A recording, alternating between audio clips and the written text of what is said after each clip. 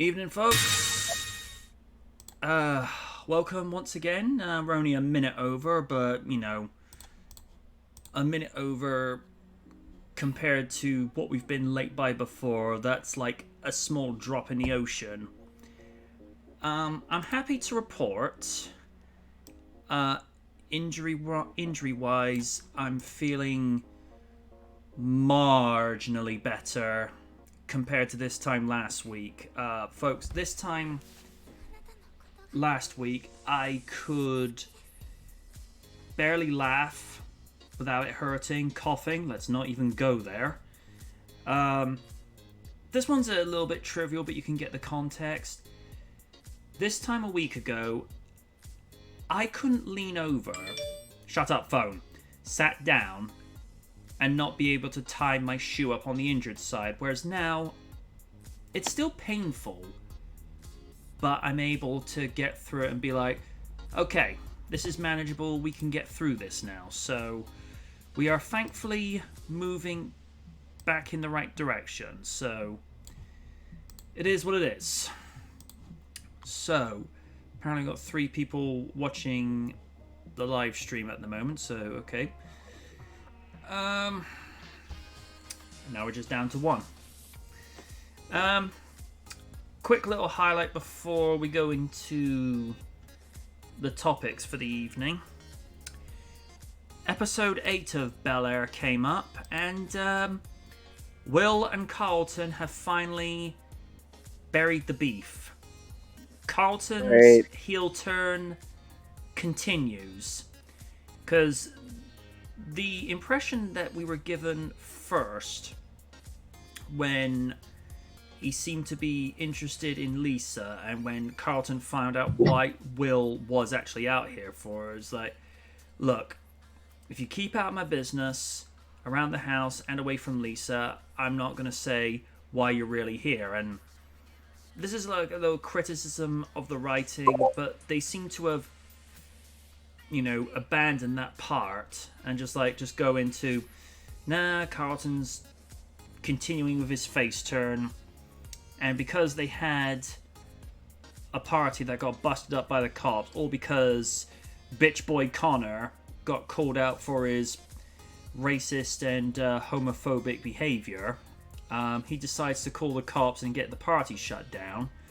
So Carlton's been punished by being grounded, but because Will's birthday was coming up, Will's not being punished till afterwards, because, not being funny, it's kind of a sucky thing to be grounded on your birthday.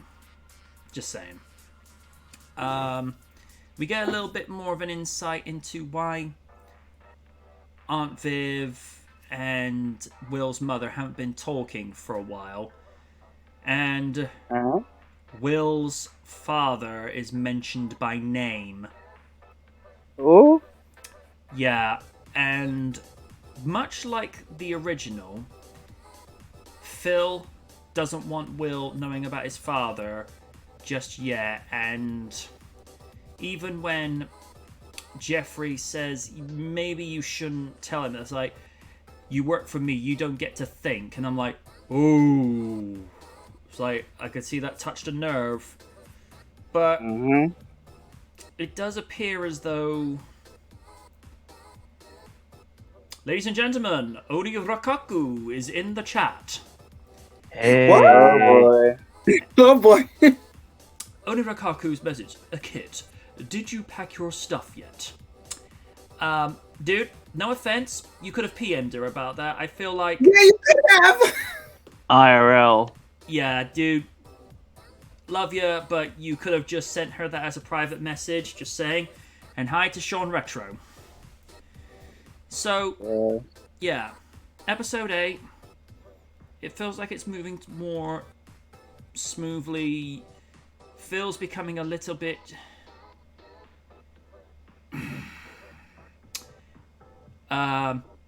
his response, Madam President, and I quote, I could have, but she knows how I am. That's no excuse. Madam President, your response.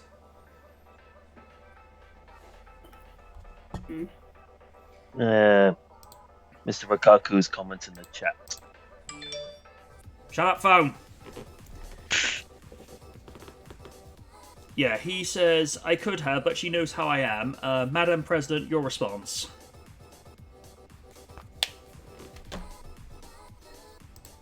Okay. Oh. I think Discord's acting up a little bit again. Lid, you able to hear us? Oh no, I can hear you fine. Sorry, I don't think I heard the question. Well, He said, I could have, but she knows how I am, and I simply say, your response to that. you know how I am. You could have just left me this message. It's not a big deal. I know what he's doing, though. He's just basically mimicking what he's going to do when I live over there with him. Oh, Jesus.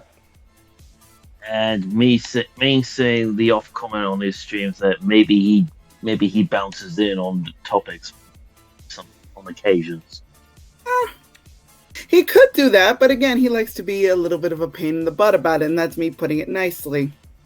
I'm going to keep my comments to myself and simply say no comment. Because I too know how he is.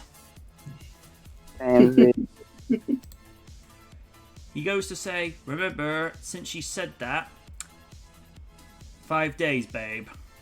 Are we going to see a funny thing where you and two do a Sonny and Sherman? Baby, I got you, babe. No. I hope not. On this episode of Home of the Rikakus. Oni Rikaku, the greatest love hits that also includes a cover version of the Hulk Hogan romance album. I hope not. I kid.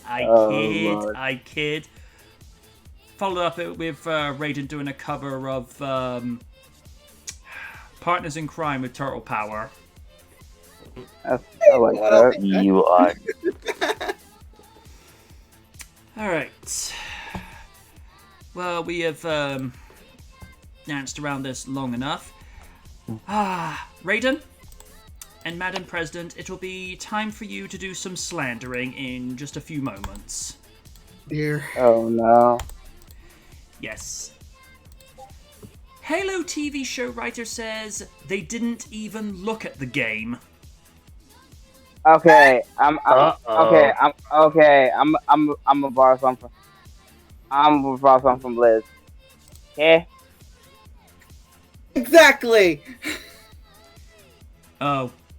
Rikaku goes to say, followed by Ivalise's greatest hits. Oh wait, she has none. I wasn't even aware she had a record company. Right now, before anything else, honey, let it go. Please let it go. Yeah. She blocked both of us, so it's like, it is what it is. No skin on my back. Oni, don't make us sing "Let It Go" from Frozen to you. Oh God, no! Like for DMCA. Exactly. Just saying. According to one of the lead creatives on the upcoming Halo series, the team didn't look at or talk about the games when developing the show. The Halo series has been a show that has been stuck in developmental hell for roughly a decade. The show is produced by Steven Spielberg, who has been attached ever since the show was at Showtime as part of Xbox initiative to produce multimedia content for its franchises. Although the show has reportedly taken many shapes during its development, it sounds like it wasn't super important to follow the games, even though Halo's been like a multi-million, money-making franchise since the early 2000s. Staple for Xbox. In an interview with Variety, Halo Season 1 showrunner Stephen Kane stated that they didn't look to the games for help with the show. We didn't look at the game. We didn't talk about the game. This is not Fight Club. Shut up. We talked about the characters and the world, so I never felt limited by it being a game. Given the Halo series is in a separate timeline from the games, it's not super shocking to learn that they didn't pay attention to the games. The general lore and world is that expanded on in things like books is what would be most helpful for a show like this. Of course, Master Chief does evolve a little bit over the video games as he's torn between his duties as a soldier and his admiration for Cortana. but perhaps defending who Chief is at his core and starting from there would be a good thing. The Halo show is already getting good reviews, so it doesn't seem like they've strayed too far from what people like about Halo or turned into something terrible. Given video adaptations, particularly ones in developmental hell, rarely turn out good, Halo seems to have broken the curse. Oh really? Sonic the Hedgehog? That don't ring any bells to you? Mm-hmm. Paramount has already greenlit a second season of Halo, speaking to its confidence in the big budget series. The Halo series premieres on Paramount Plus on March 24, 2022. You can read more coverage on the series by clicking on here.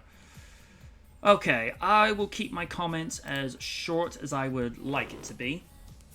Never been a huge fan of the series, don't have anything against it, just not my thing, but I can recognize and appreciate how big of a phenomenon the game franchise has been, and how big of a cult following it has with its fans. So to hear that they didn't even look at the game is like if you go to adapt a story from any media, like if we use the first Jurassic Park as an example, although Spielberg didn't take scene for scene from the book, he took at least 8 pivotal scenes that fans of the book would recognize, but allowed it to have his own spin on it. And from what I'm hearing from this, they just kind of glossed over it. That's the impression I'm getting. Master Raiden, your thoughts? I don't know. Here's my thing. If you're gonna go for some media, actually study the original material. When it's that simple. Like, listen, okay. I know people are gonna get tired of me bringing up the Batman, but I'm gonna do it anyway since I love that movie. Mm-hmm. Okay. Anyway, Matt Reeves studied not only, the Batman mythos and all that, he studied a lot of forms of media. Like, for example, and I mentioned this before, he modeled Bruce Wayne, Pattinson's Bruce Wayne in his version, after Kurt Cobain of Nirvana. A man that was brilliant, but a very tortured individual from the whole world. So you get something, you study something and make it your own. That's cool. But if you stray away from it, like from what I'm hearing, what they're doing now, I don't know. I mean, I was already iffy from this Halo series from the start. Like, they was gonna make him the main character. Was like, okay, I don't know, just some female motivational BS thing I've been hearing. But you know what the old adorable woman said: the proof's in the pudding, in the eating. I'll see where it goes, but so far, not a good look. Saying, "Oh, we didn't study the game. I don't think it was necessary." Then why you have everything from the look to the whole damn costume of Master Chief, and you didn't say that? That's kind of backing yourself into a corner, bro. That's all I'll say. Not looking good. All right, Sir Stephen. I'm just gonna have to say a mulligan with this. Okay. Not really been a fan of Halo, so not really got much to say on it.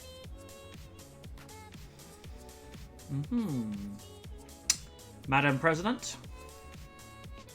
This is what bothers me about certain individuals who say that, like, oh, we don't have to follow the lore. Like, you are doing something that has a fan base, and if you don't get that right, or at least try, they are going to rake you through the coals.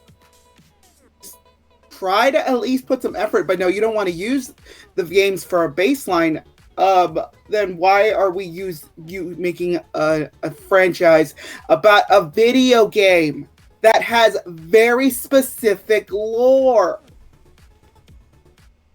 really, like, makes sense why Steven Spielberg produced this, because he has said his bullshit about certain comic book franchises where he has no respect for them. And okay, why are you doing a video game based franchise, making a show about it?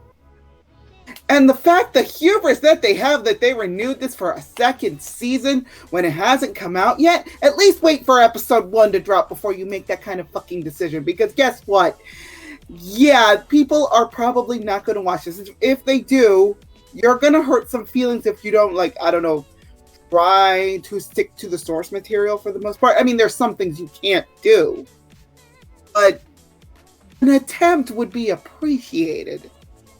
That would be like me finding out they were making a Sailor Moon series, and guess what? They didn't stick to the source material, and they just like made every character completely act out of character and made it about woke issues. I'm like, don't get me wrong, I have no problems with certain woke issues. It's just I would like to enjoy my franchise without there being some kind of political bullshit in there. Just saying people. Kind of like try to respect the fan base you're jumping into before you decide, oh, we don't need to follow the specifics of that. I'm like, okay, it's kind of like what wrong. It's kind of like what they did for Spider-Man No Way Home. They didn't have a political message, they just told a great story. Did. And I got that off of my cable package the other day. Has an option to like watch it and keep it, and I get the Blu-ray through the mail at a specific point, and it is so surreal when you see Tom Holland pairing up with Andrew Garfield and Tobey Maguire. And has to be said, even though he's in his mid-50s, Maguire's in great shape. I thought it was a nice touch. I know we're kind of going off tangent here. The moment he reunites with Doc Ock and you can hear Danny Elfman's theme playing in the background. I know. It's those little bits of attention to details. Like, okay, that's appreciated. So yeah. Okay, let's see. We're gonna jump over to That's Our Samuel.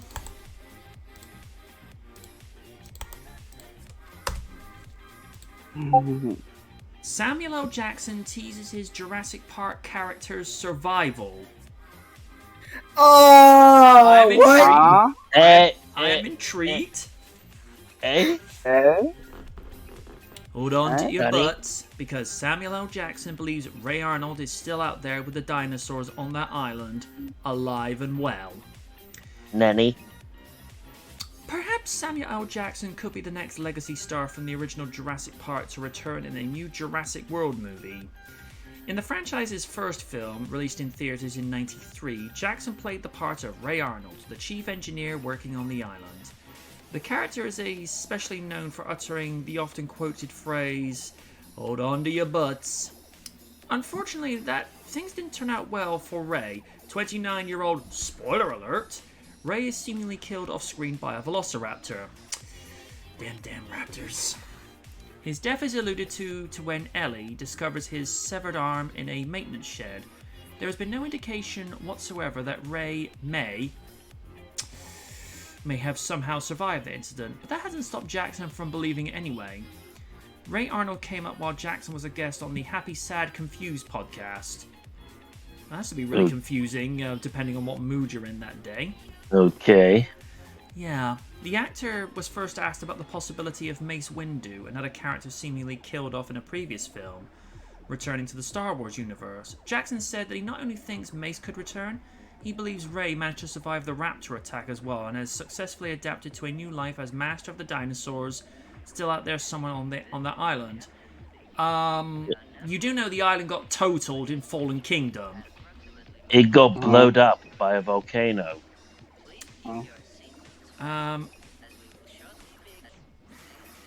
It's the same way I think about that dude from Jurassic Park. He's somewhere riding around on velociraptors with one arm. He's just on that island riding raptors. Jurassic World Dominion will bring back multiple stars from Jurassic Park, such as Sam Neill, Laura Dern, and Jeff Goldblum. The franchise will inevitably get another movie, and while it might be hard to top the return of that beloved trio, seeing a one-armed Samuel L. Jackson riding onto the scene on the back of a raptor just might do it. It's fun to believe Ray Arnold is living amongst the dinosaurs, but unfortunately it seems very unlikely that the character will return in a Jurassic World movie. Jackson does not want fans to lose all hope from Mace Windu returning to Star Wars. Jackson has been consistent over the years with teasing the character's comeback in a new Star Wars project and says he's been actively campaigning to return in a Star Wars series on Disney+. This is off script, it's rumoured, and I stress rumoured, he was meant to be the big bad on a projection in Episode 7. Definitely hold out for Windu's return. There's a huge history of people with one hand returning in Star Wars. Luke and Anakin Skywalker, to name but a few. The only person I've said that to about coming back was Bryce Dallas Howard. Of course, I did a movie with her and she directs episodes of The Mandalorian. I did not know that. So you think you think you might be able to hook a brother up? You like me, right? And she's like, yeah, I love you. You're amazing. Oh, baby, you're so kind. So put me back in there. Put me in, coach. I'm ready. I'll learn to lightsaber left-handed. Come on, hook me up. It remains to be seen if a Mace Windu appearance in the future, but given Jackson's commitment to making it a reality, coupled with Disney Plus bringing back other Star Wars characters from the past in new shows, it could very well happen someday. Sean says, didn't he get eaten? That's what we're implying. While it's a seemingly entertaining idea of him coming back, I'm gonna have to say no.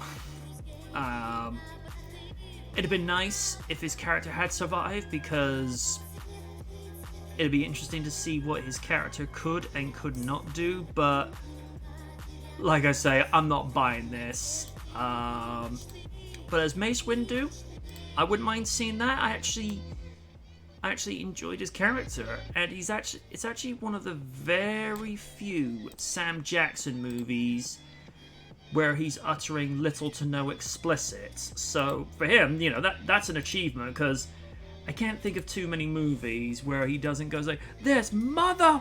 Like, that's our Samuel. Like I say, no sale on his character surviving from Jurassic Park, but yeah, would definitely love to see him come back as Mace Windu.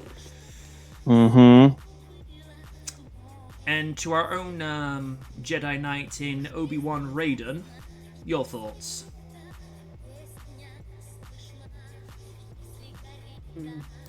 Raiden?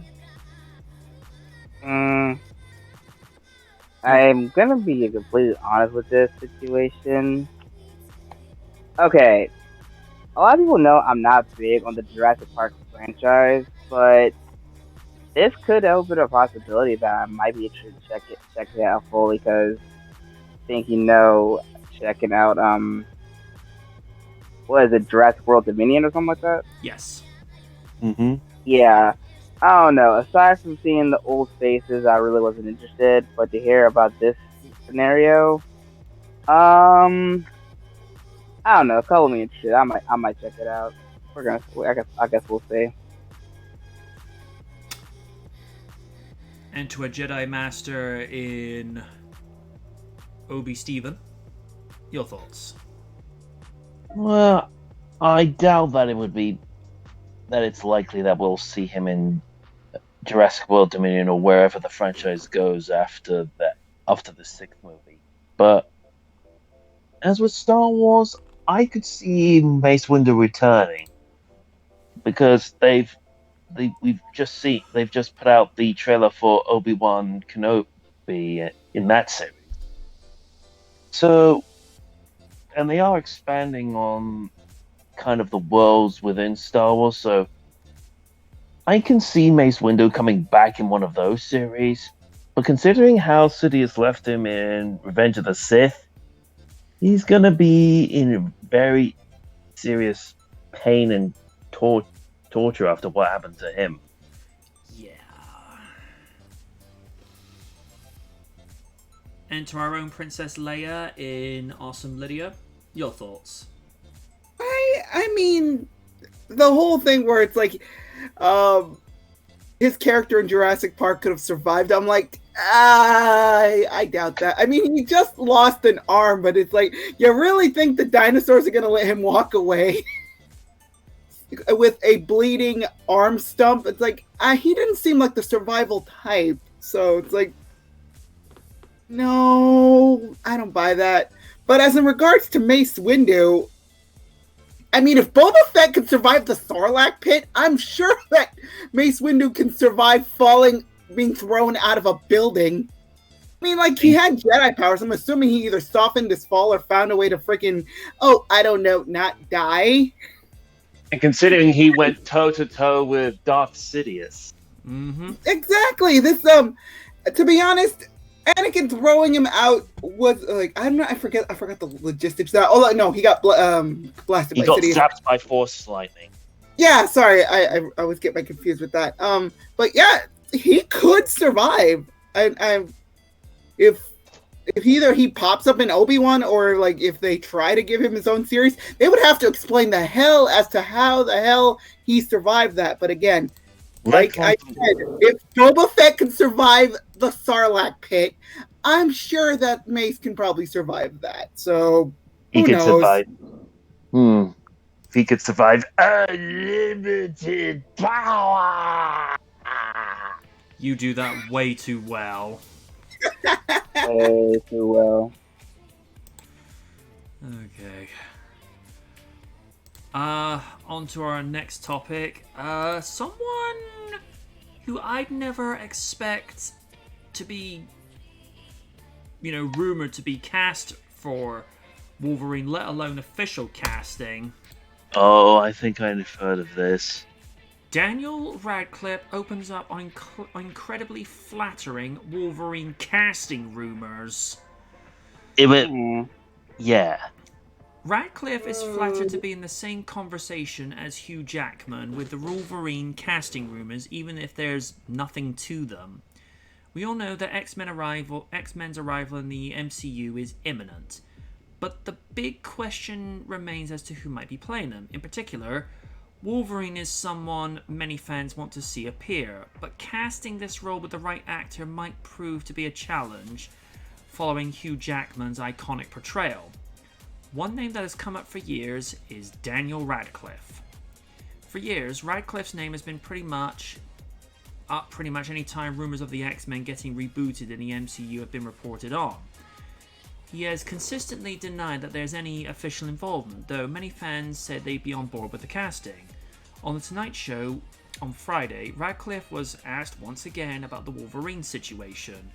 He explains how he's answered the question so often that sometimes he'll have some fun with it with his response. Referring to recently addressing the rumors once again, Radcliffe noted that he was able to stir them back up and it generated a lot of attention as a result. I've heard this is something that has come up every so often for the past few years, and every time it comes I'm like, that's not true, there's nothing behind that, and everyone's like, oh, he said it might be true, and I'm like, no, I didn't. I said the opposite of that. Every so often, I'll get bored answering the question in a sensible way, so I'll make a joke. Every time I make a joke, I'm like, why'd you do that? That's gonna set. So the other day I was like, prove me wrong, Marvel, and then that has ignited a whole thing. As for why his name keeps popping up with the Wolverine fantasy casting online, Radcliffe has offered his theory. The Harry Potter star boils it down to his height, as the Wolverine character was originally depicted in the comic books as shorter in stature. Radcliffe wonders if people are nominating him for the role is simply because of his height. In any case, he's nevertheless flattered that so many fans want to see him in that role, especially as it puts him in the league of longtime Logan actor Hugh Jackman. I think it's because Wolverine in the comics is fairly short, so I think it's people going, he was a short actor. He can maybe play him. I mean, anything that implies the fleetingest similarity to Hugh Jackman is incredibly flattering, so I'm happy with that. Wolverine will be in the MCU soon enough, but who will play him? Patrick Stewart will return as Professor X in Doctor Strange in the Multiverse of Madness. I wonder how many multiverses he'll find where Kitsune is not making Oni's life difficult. Oh, are you Kitsune354? Oh, hi, Kitsune390. Is your Oni an idiot? Yes. Oh, very much yes. Some things are a multiversal constant. Hi, I'm from Universe 520. In order to make him do the chores, I wave his Xbox One control pad in front of him. And there's Raiden like, hang on, I'm going to get popcorn. This is going to be good. Hey, where's Cyber Raiden 690? Oh, hey, bro, I'm the owner of a record company. Bruh, can I hang out? Yeah, sure, why not? I'll get you a couple of girls at the same time. He's looking up, thank you. Like, who, like, I'm listening.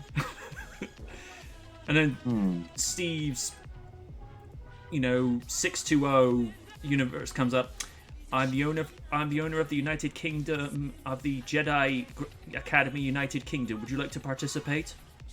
Yes, please. Now, where's that Mecha Kaiju Noir at? What do I get? Oh, in Universe 620, you actually defeat Hulk Hogan in the 80s for the title, and he gets fired as a result. Wouldn't that make him super old? Kitsune, can I go and participate with this? Just once. Oh, on. Yay! I just beat Hulk Hogan. You now have Jimmy Hart as your manager. Bring me back!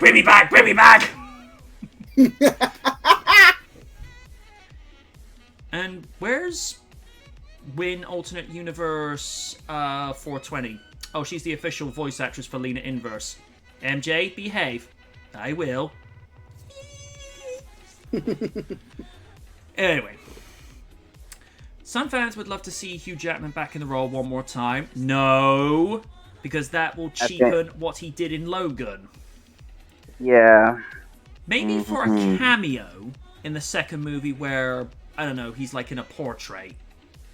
And he's just like there. Or if he's just like a walk-on character where someone just goes, let's go, bub, and he just looks up and smiles. If you do that, it's fine. Whether that happens or not, the group will likely be reimagined with new actors for the MCU at some point in the future. And this is where new names for the role will come in. Another popular name that has been nominated by fans is Scott Eastwood. See, that's interesting.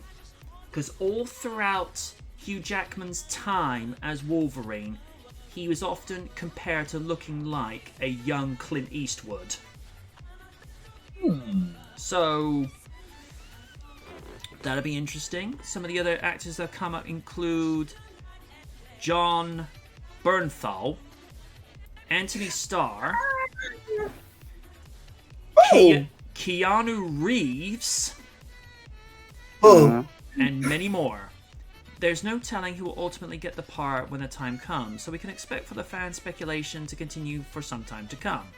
As for Radcliffe, time will tell if the actor joins the MCU as the next Wolverine.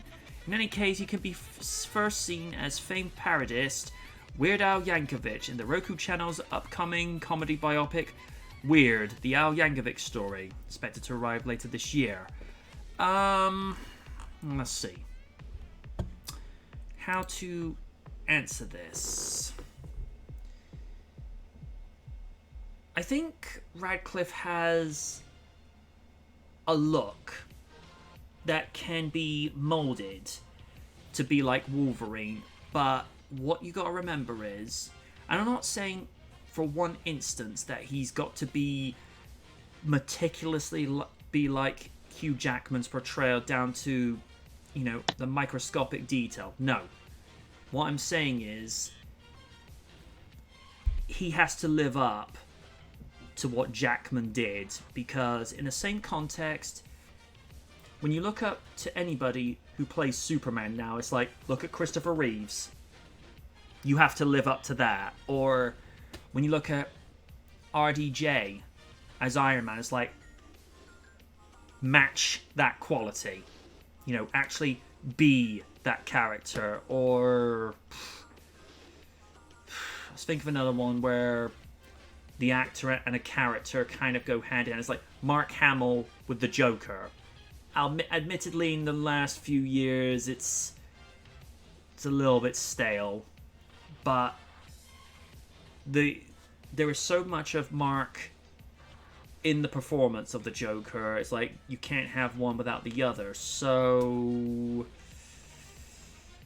I wouldn't like to say. I mean, I was honestly surprised that Patrick Stewart was brought back in as Professor X, to be quite honest, considering, you know, he had a monumental death scene in Logan. I don't know. I honestly think bringing in the X-Men, considering the way that they brought Spider-Man in, or at least the MCU's version of Spidey, they cast somebody completely brand new, but then acknowledging in the multiverse cross event with Spider-Man 3 with Garfield, Maguire and Holland sharing the screen. I don't know. I'm open to the idea of some actors coming back, but if you bring Hugh Jackman again, that's going to cheapen what he did in Logan, because that was his swan song. And in terms of like one last hurrah and you know, and as an exit, I don't think Jackman could have asked for anything better. So I don't know. I don't think it should necessarily go to Radcliffe. I mean, I think in his position, he's flattered that anybody would come up to him and say, "Oh, you'd be great for this superhero role." Although if someone came up to him and said, "Oh, if you could play Dan Hibiki," he'd probably bitch slap somebody. It's like, well, what do you want me to cast me out of that for? If it went to Rob Schneider, I could understand that. I think to cast Wolverine in this day and age, they do as they did with Jackman. Cast somebody little to someone unknown, or someone who's kind of known, but not on an international scale. Because Tobey Maguire, before he did Spidey, he had done movies before. He was also in Pleasantville. Yeah, he was. You need somebody who's still homing their craft, but they can, you know, make that role their own. So, like I say, go for someone unknown. And as for Storm, here's who I would have cast if this actress was, say, 10 to 12 years younger. Imagine Zoe Saldana with the Storm wig in her late 20s. Picture that. Huh. That'd be great. That would be on point.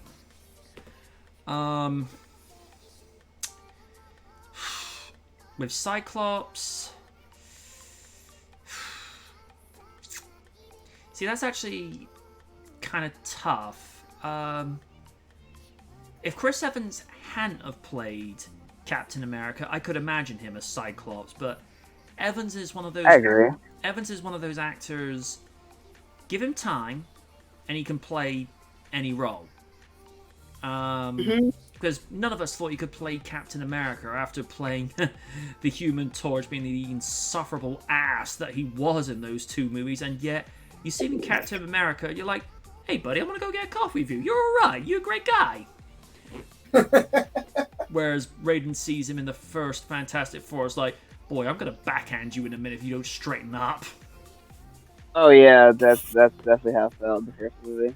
I mean, out of the, you know, the four characters in those two movies, again, Johnny Storm, you want to backhand him.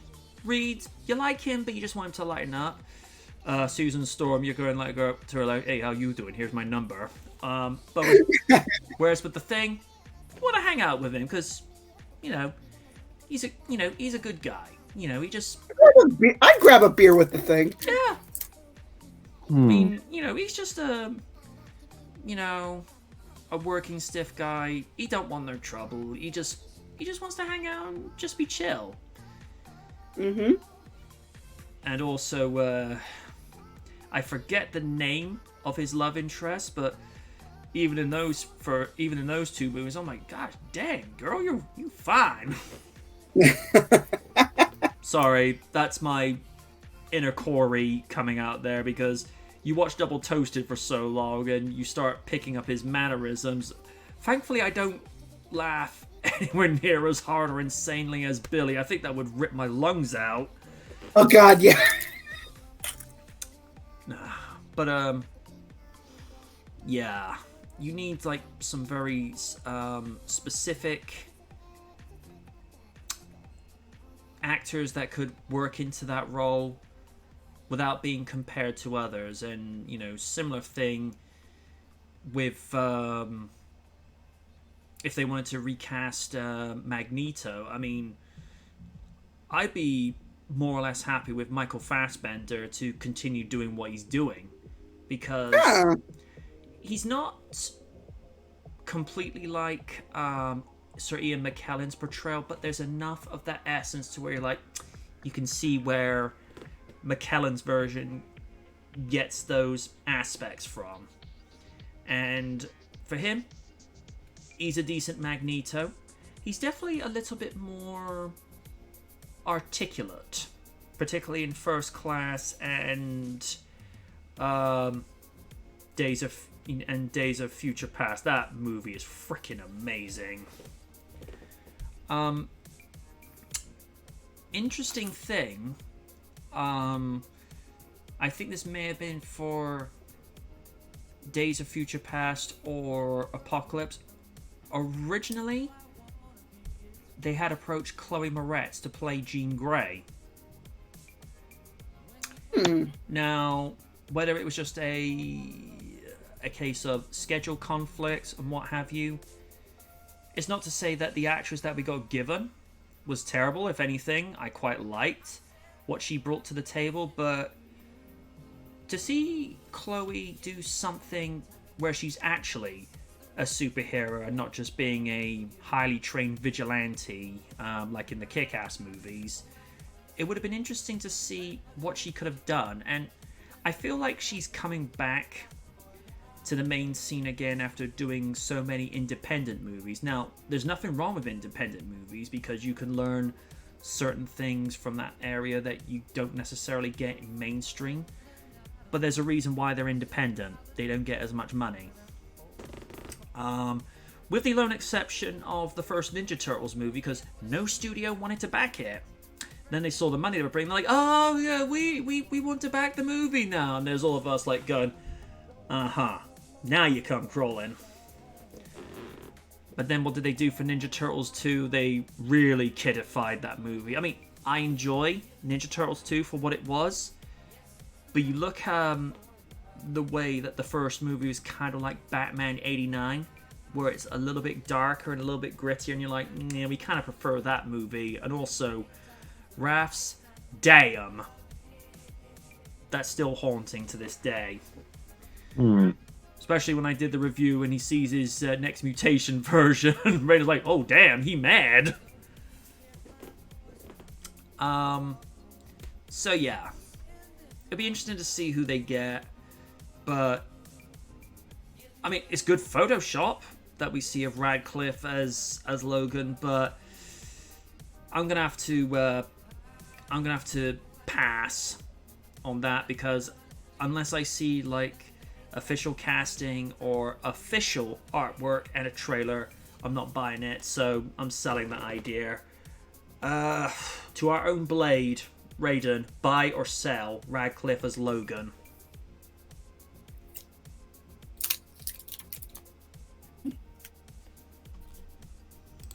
Who?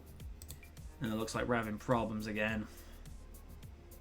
When do we not have problems when using Discord. Point taken. Raiden, Tatiana Ali's over here and she's winking at you. Oh, damn, it must be serious. Okay, until we get to him, to our own Mr. Fantastic, Stephen, buy or sell Radcliffe as Logan. So, unless anything, I mean, other than Harry Potter, there's not much I've seen him in terms of his acting range. I mean, I know he was in that film Horns, and he's also going to be the villain in The Lost City.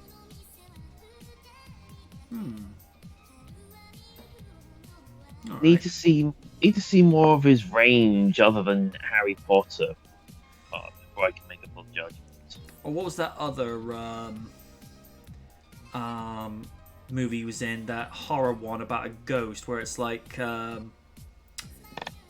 was it called? The Woman in Black. Yes. Oh, yeah. I never went to see that because I'm like, yeah, I'm good.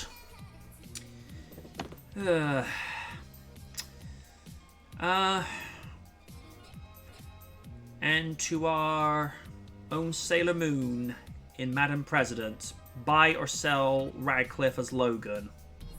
I'm of two minds about it, actually. So, like, don't get me wrong. I've seen Daniel Radcliffe and other things. Just the problem is I still see him as Harry Potter. I can't look thinking like, damn, Harry, what'd you do? I'm sorry. He's a good actor. I'm not saying he's not, but it's just like, that kind of stigma is not going to go away for a little bit. You know how long it took for freaking Robert Pattinson to shake the Edward Cullen thing? Ages. Still doing it. He has to freaking prove to people that he's not Cullen anymore. If I can interject, Go ahead. I think if anything, when it comes to him shedding the Twilight persona, it's more of he's been doing other roles. Like, it's just some people won't let go of that, you know. That's stigma. Back then. Yeah. But again, I'm not again, if he could do it, if they would cast him, I wouldn't be against it. But just, I don't know. I don't see Daniel Radcliffe as Wolverine. I'm sorry, I don't. I see a big burly man with a short, who's very who is short. I mean, they're not gonna make him as short as they made him in the comics, but he's like, I just don't see it. I'm sorry, I don't. It's just, I don't see it. All right. And to our own Blade, buy or sell Radcliffe as Logan. I'm not gonna hold you. Like, I respect how much this man has definitely shed that Harry Potter persona over the years, and been doing his own project. If this is true or not, I'll still support it no matter what. If he wants to do it, he'll do it. What I really like about Daniel Radcliffe, like any role he's in, he just bodies it wherever he goes, dramatic or comedic. So he wouldn't be my first choice to be Wolverine. There's a lot others, blanking on names, but I feel like, I don't know. Like I said, if he gets the call to do it, it'll be very interesting to see, because you know how he is portrayed in a lot of media. He's just, Wolverine is the type of person, nice guy, getting his way, rip you to shreds. A part of me doesn't see that with Radcliffe, but you know, as always, like the adorable one said, the proof's in the pudding and the eating. I guess we'll find out. What's that? Yeah, the way you described Logan's character reminds me of that meme that flies around on social media on occasion. I'm a nice guy, but if I'm an asshole towards you, you have to ask yourself why. Yeah, exactly. That's kind of sort of everyone around here. Next up, I Am Legend 2 producer teases an unbelievably cool sequel. John Moan says Michael B. Jordan's pitch for I Am Legend 2 was an unbelievably cool way to continue the story. It was recently announced that I Am Legend would be getting a sequel, and along with the news came a lot of confusion from fans. At the end of the first movie, 15-year-old spoiler alert, Will Smith's character is seemingly killed, putting what appeared to be a definitive conclusion to the story. Some fans might have seen the alternate ending, it was awesome and better, changed my mind, that was included on the home video release with Smith's character actually surviving. So which of these endings will be acknowledged in the new film? There are still many questions that remain, and it's still not clear how the story in I Am Legend 2 will play out. All that's known is that Smith is returning to star in the film with Michael B. Jordan based on a pitch that Jordan had in mind for a sequel. At the PGA Awards, producer John Moan touched on what fans can expect from the movie. He couldn't divulge any specific information, but he reiterated how Jordan's concept was so unbelievably cool that it quickly sold Smith and writer Akiva Goldsman on the sequel. Should be noted, Akiva Goldsman is one of the men who wrote the original Batman '89 movie. Ooh. It's an unbelievably cool idea, and an idea that made Will and Akiva believe that it was worth telling another story. I really can't say if it's based on any of the graphic novels, but it's based on the minds of Will and Akiva and Michael B. Jordan, who came up with the incredible angle on how to continue that story. This echoes what Smith recently said about the sequel. He explained to Entertainment Tonight that he fully intended to leave I Am Legend be with no real interest in ever doing a sequel. Jordan must really have $1 million idea for I Am Legend 2 because, as Smith has also noted, the concept he had for the story quickly sparked interest. Smith noted that it's a really, really cool concept that the actor knew would work when he first heard the idea. I Am Legend 2 doesn't yet have a director, and that image is just haunting. Will Smith and Michael B. Jordan will both star and produce I Am Legend... Oh, that's interesting. Michael B. Jordan, I Am Legend 2? Yeah, I like that. Making their first big project together in this capacity. Oscar-winning writer Akiva Goldsman will also return to pen the screenplay and produce with Smith and Jordan. Also producing are John Moan for Westbrook Studios. They're doing very well with Bel Air at the moment. Elizabeth Raposo for Outlier Society. Akiva Goldsman and Greg Lessons for Weed Road Pictures.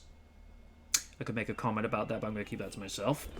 James Lasseter will executive produce. Ryan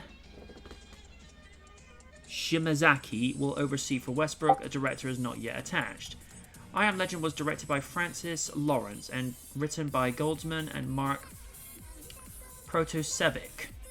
Based on the book I Am Legend by Richard Matheson, the film follows Will Smith as an isolated man in a post-apocalyptic New York whose life is threatened by hostile mutants. I will have you know all our mutants are good for mankind.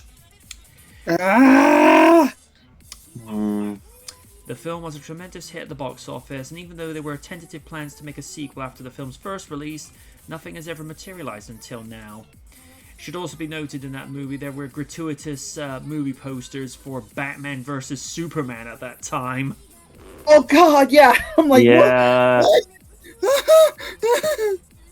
That would have seen, I think, it would have been Brandon Routh as Superman with Christian Bale as Batman. That would have been weird. I'm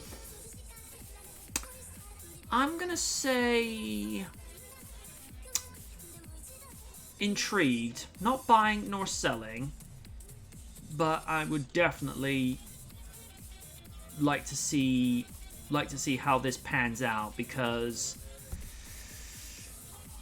like I say, I preferred the alternate ending where, you know, the Doctor survived at the end of it and got to move on and pass his cure around. Yeah. I'd be interested to see how that would go about, considering we actually saw his cure work, you know, in practice, actually beginning to work, because he found that if he could get the the antidote administered, but in a much cooler temperature, where it would actually bring the mutant back to a more human state, you could actually see her going back. So, again, I'd be interested just to see how it turns out. If they're able to get this up and going, cool. And that's it. Raiden, buy or sell? Would you want to see this? See what? Sorry, I blacked out. Michael B. Jordan and Will Smith are teaming up to star and produce I Am Legend 2 with Smith's character returning.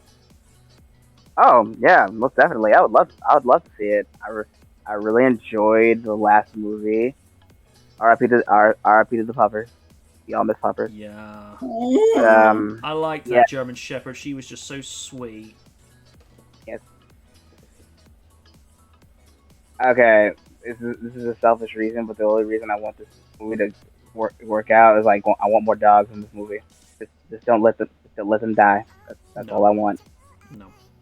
But yeah, like I said, I'll buy this. Like, so far from what I hear, Michael B. Jordan has definitely proven himself to be a great. Sorry, I cannot speak today. A great screenwriter so far, and I definitely want to see what he can do with next. So this is definitely a step in the right direction, and we might get a good movie out of it. So yeah, can't wait. Sir Stephen? The idea sounds promising. Although I'm still on the fence until I see a trailer. I'm still gonna be on the fence. That's fair. And to our own Vampire Slayer, Madam President, buy or sell? I think I can definitely see a sequel to this. I would watch it, especially considering the fact that I hated what they did with the ending for the first movie. I'm like, dude, why? Why would he kill himself? I get he didn't have a will to live. Now he has a will to live. I don't understand why you kill him. Doesn't make any sense. So it's like, again, if I could see like a movie where they like enacted the alternate ending, and it's like how that would work, I would actually like to see that. And just like to see Michael B. Jordan, see what he cooked up with that. See what would make Will Smith want to say, you know what, let's do this again. So I could definitely see that. Since, Michael B. Jordan is, making a lot of waves, I want to see this happen. Him and Will in Hancock 2. Yes! The first half of that movie, gosh, Hancock is an asshole in the first half, and the second, I think what ruined that movie a little bit is when it shifted from a comedy to drama. It's just like, you're having a bit of an identity crisis, because the first half of that movie, I'm dying laughing. Especially, how do I say this as discreet but as accurate at the same time, in one deleted scene where Hancock's dates got more than what she bargained for in his trailer. Because of the fact he's a superhero and everything about him is dialed up. Oh heck, I'll just spell it out.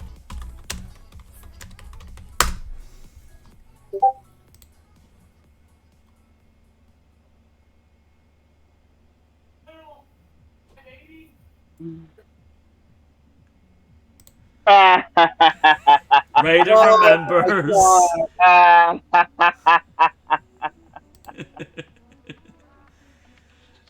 I was dying at that point. Or like whenever the bank robbers, smashed his beer bottle in half, and it's just like, oh, you done it now. It's like, that's like, only minding his own business and someone shoots his whiskey bottle. You broke my whiskey bottle. Eyes light up. dark red, and it's just Liz is just like, I'm out of here. Like, you've gone and done goof now. This is on you, buddy. Or that's like, someone touching Raiden's pizza, and it's just like, boy, lose an arm. Think about it. Don't do it. So yeah, I'd love to see a second Hancock. As long as you keep Charlize Theron away from it. Yeah, considering what shenanigans she's been pulling lately. Alright. Steve, we got to you, didn't we? Yeah. Right, okay. What? Oh. And, the subject of Friends comes up this week. Alright. Lisa Kudrow supports a Friends reboot, but doubts old cast would return. Lisa has once again shot down any hopes of new Friends episodes, but did say she would love to see a reboot with new actors. I don't know about that. I'm going to reserve my opinion until I finish the article. Lisa Kudrow has said that she doesn't believe there will ever be a revival of the hit comedy series, but she's all in support of seeing a reboot with a whole new cast of characters who could bring the show into the here and now. After almost 2 decades off air... Yeah, because Friends finished up in 2004. Friends is still a huge crowd pleaser. Yes, it is. With constant reruns bringing in viewers across streaming platforms worldwide, and the HBO Max reunion special last year proved that the Friends fan base is stronger than ever. However, the chances of seeing Monica, Chandler, Phoebe, Rachel, Joey, and Ross on screen again are pretty slim, according to Kudrow. Yeah, because David Schwimmer's doing commercials for for TSB these days. I'm the painting. It's just like, dude, go away. Yeah, he tries to blend in these shops as if he's part of this like little turnstile with sunglasses on, advertising about savings, and tries to blend in as a painting. And I know David can't help this, but whenever you see him in anything else, all you can see and hear is Ross. Yeah. I mean, Ross, when he's on a good day, he's actually okay. But there are times where he's just insufferable, and there was the early season when he had Marcel. yeah. And then there was my sandwich. Let's not get... Or, we were on a break. Oh my gosh. If you say that again, I'm going to break up with you. I mean, when you hear it like once or twice, it's fine. But when you've heard it like the 4th or 5th time, it's like, it's too much. Stop. So yeah. On screen, pretty clear. It's pretty slim, according to Kudrow. So does that mean a new cast could bring in a new series of Friends into the world? Kudrow spoke to Where the Buzz while attending the premiere of her Disney Plus show movie Better Nate Than Never. Okay, I'm not usually one for puns, but that's actually kind of clever. And of course, she was asked about the possibility of a Friends return. Sticking with previous comments on the subject, the actress shot down thoughts of a revival, but would be more than happy to see a new cast taking the show into the next generation. Now I'm just imagining Joey and Chandler on the bridge of the Enterprise. Hey, Councilor Troy, how you doing? Captain Tribbiani, that violates intergalactic law. I don't care, I'm the captain. You come into my captain's lounge. and there's Commander Bing with a Riker beard, just like, oh my gosh. Oh. Yeah, I'm picturing it now. Oh good lord. Like, Joey and Chandler track. Da-da-da. Stick it with previous, right? I don't think there's going to be a Friends reboot. I mean, not with any of us in it. I would support a reboot with new actors. I would love to see the now version of that would be, given the state of the world we live in with social justice, wokeness, gender studies, and what have you, I don't know if I would want the way I remember Friends to be altered with that. With Bel Air, you can work with it, but it's done to where it's so subtle. With Friends, considering there was stuff that came up that, you know, it was a product of its time, you could get away with it because it's like, oh, Joey, you scamp. Whereas some of the stuff that the two of them would come out with, if it was said today, is like, no, you can't say that. And Rachel, looking back at everything, I mean, Jennifer Aniston's hot, but good lord, Rachel Green was a bitch. Yeah. Especially some of the things she put Ross through, because that was, you know, making him apologize. First, it was his fault for the way they broke up, and then having Ross's girlfriend's head at the time shaved. It was like, as Raiden said, that was petty. Yeah. I don't like that last part. That wasn't right. And I liked that particular love interest of the week. She seemed more in sync with Ross. Despite fans wanting a revival of Friends for years, I'd like to see like a concept episode of what they could do with it, rather than go like, bam, 2 seasons of the new Friends or something of that nature. It is something that has always seemed just out of reach, whether for money reasons or the fact that many of the cast have other lives in their lives now. Shut up, phone. Although many of them, including Kudrow, have constantly said that they did not see any kind of on-screen reunion taking place. The reunion saw the original stars coming together to talk about the phenomenal success of the show and its legacy. As is to be expected, the airing on the show was a huge audience puller for HBO Max, and immediately the special was jumped on by some as a sign that we could still get to see the new Friends episodes in the future, especially in the light of so many other 90s shows enjoying highly praised revivals. However, in various interviews, all of the cast members have stated that they don't believe there will be any new episodes, with David Schwimmer quipping in 2018 that no one wants to see all of us all with crutches and walkers. Not with the way with Jennifer Aniston, she seems to defy time. Damn girl, what you taking? Similar to the reboot comments made by Kudrow, Jennifer Aniston previously noted that many shows from the 90s are being rebooted with great success, but again, although she admitted to being curious as to what the show would look like now and has fantasized about it, keep it clean, Rachel, the reality of it happening just isn't there. In the end, with all 236 episodes of the original 10 seasons being constantly available on one platform or another, the question is really, would there be any benefit in a revival, or should the show be allowed to rest on its own merits as it is? When it comes to a reboot with new characters, well, it would be Friends in name, but without the familiar stars, it would run the risk of constant comparisons to the original show, and that rarely ends well.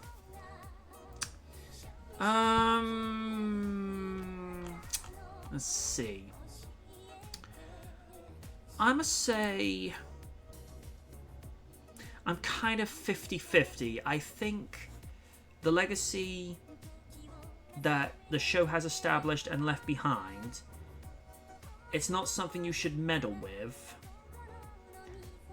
At the very least, I would like to see like a feature-length pilot episode, just as a means of saying to the audience, alright, here's the direction we'd like to go with this. Let's say, for the sake of discussion, let's say they got terrible with names at the moment. The Olsen who's playing Scarlet Witch at the moment. Elizabeth Olsen. Imagine her as either Phoebe or Rachel.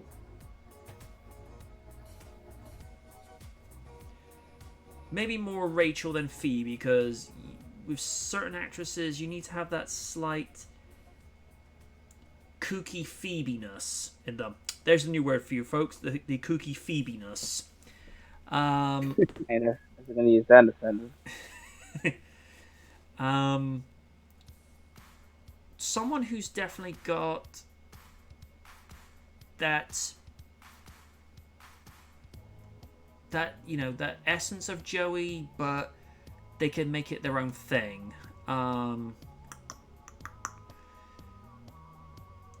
As somebody who doesn't really watch too many new shows, with the exception of Bel Air, it's awesome. Changed my mind. Let's see. Who'd you get as Joey? No, I think you can't. No, I think like other characters, one of a kind. Yeah. I think I said that even when he was in Charlie's Angels, you definitely see a hint of Joey in there.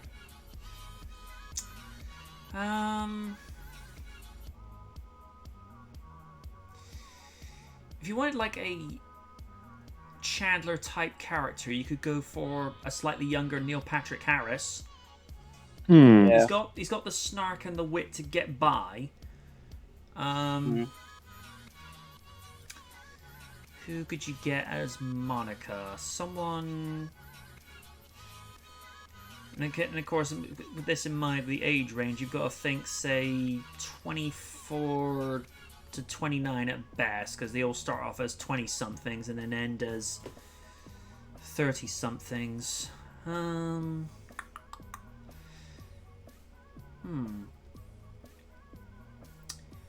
If she was just a little bit of a better actress, you could get Megan Fox to play Monica, because she does have that look to her.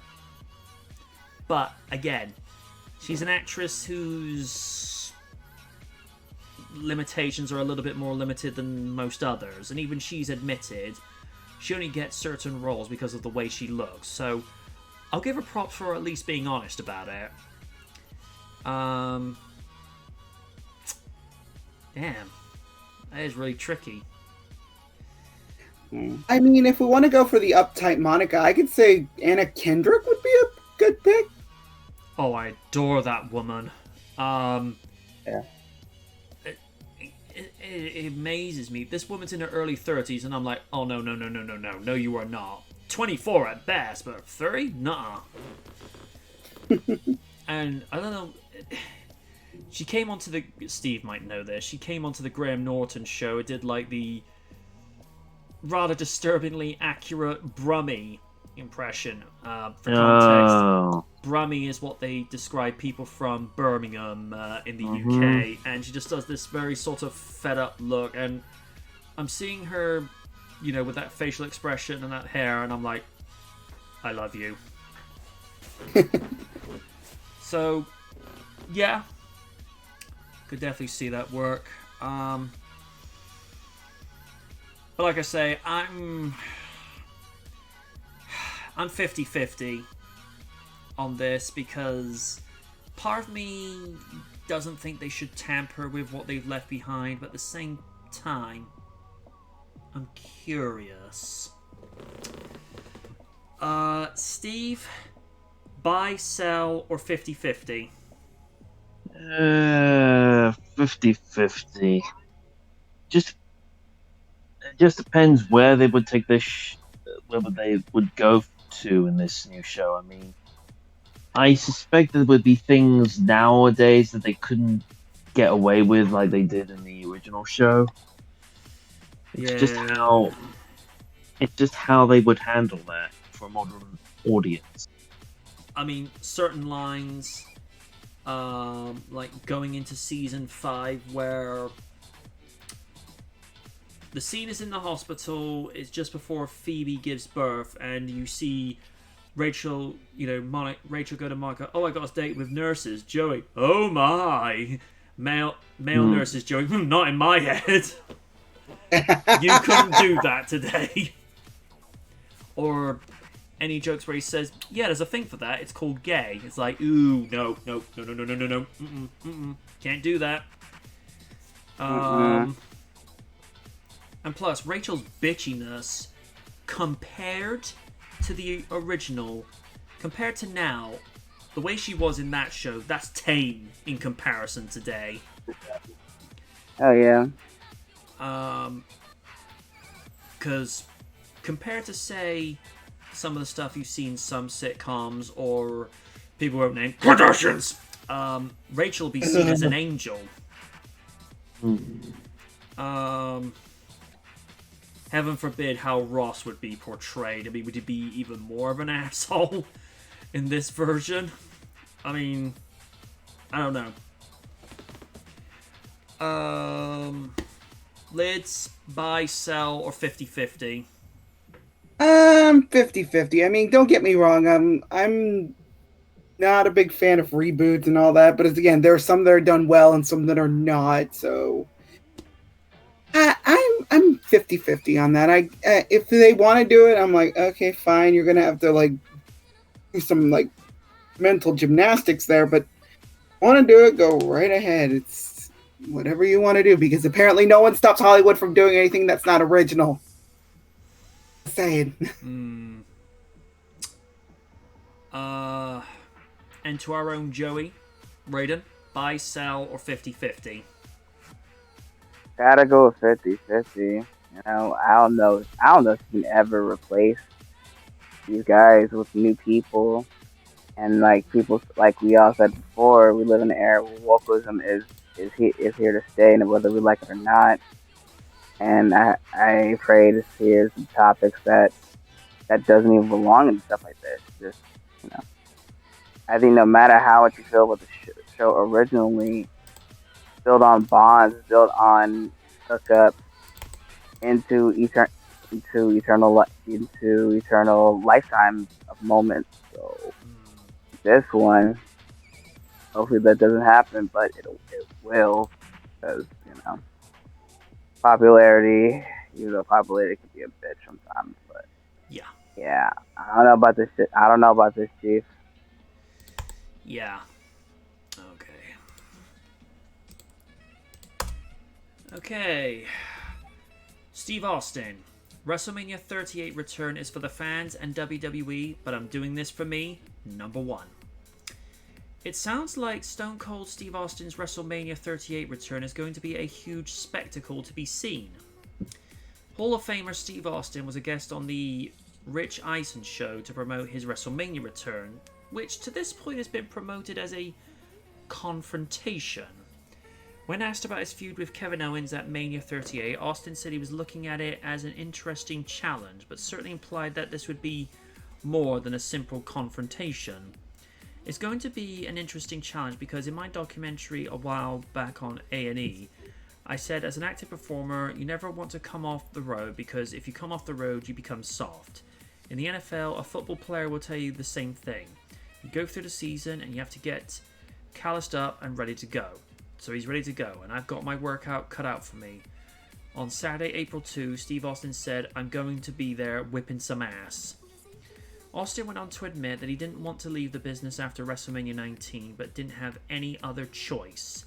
He says it's getting to have his comeback against Owens means a lot to him, and that he's doing it for the fans, WWE, and most importantly, himself. When I left, I didn't want to leave. At WrestleMania 19, my neck had presented some problems. After I got spiked and landed on my head in 1999, it was 97, Austin, I had my neck fused, and even watching that on replay to this day, you question how he was so lucky not to be paralyzed. Austin said it was time for me to ride off into the sunset and do something else, so this comeback means a lot to me.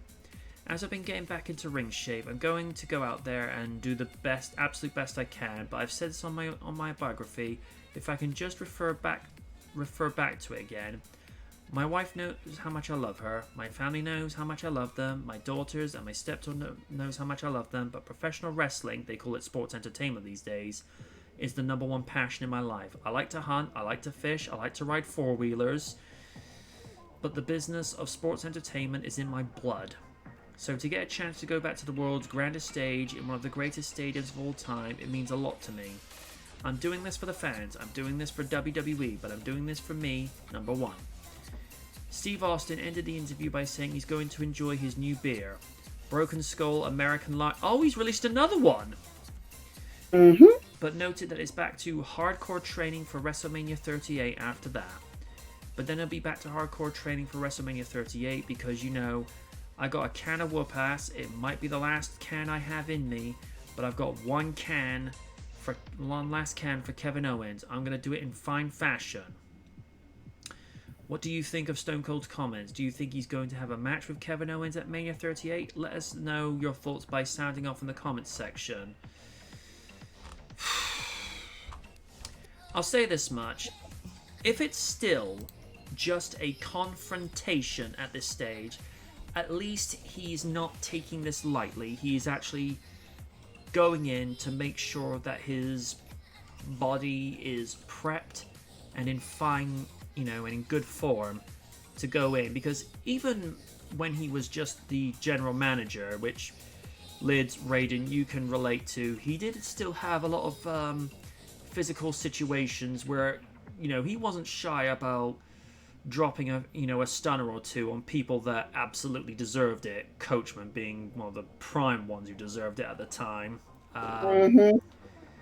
But it's different from a full-blooded match. Like, if you look at matches he had with Bret Hart at Mania 13, in which he probably bled over half the ring, or to any one of his 3 WrestleMania matches with The Rock, you know, those matches are hard, physical, and they take a toll on the body. With WrestleMania 13, there was somewhat of a slight difference.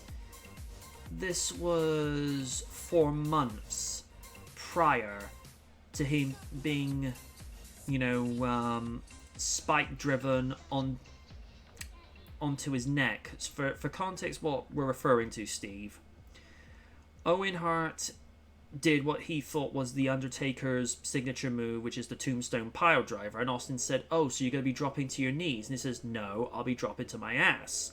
And anybody that has seen Undertaker, even if it's just like for 5 years, and where most of us have been watching him for 20, with the Tombstone, he has you held upside down, and you drop to your knees with maybe, say, just an inch between, you know, your head and the canvas, so that theatric wise it looks like your head has bounced off of the mat, but really it's just like a, you know, it looks like a ricochet effect, but really you haven't touched anything.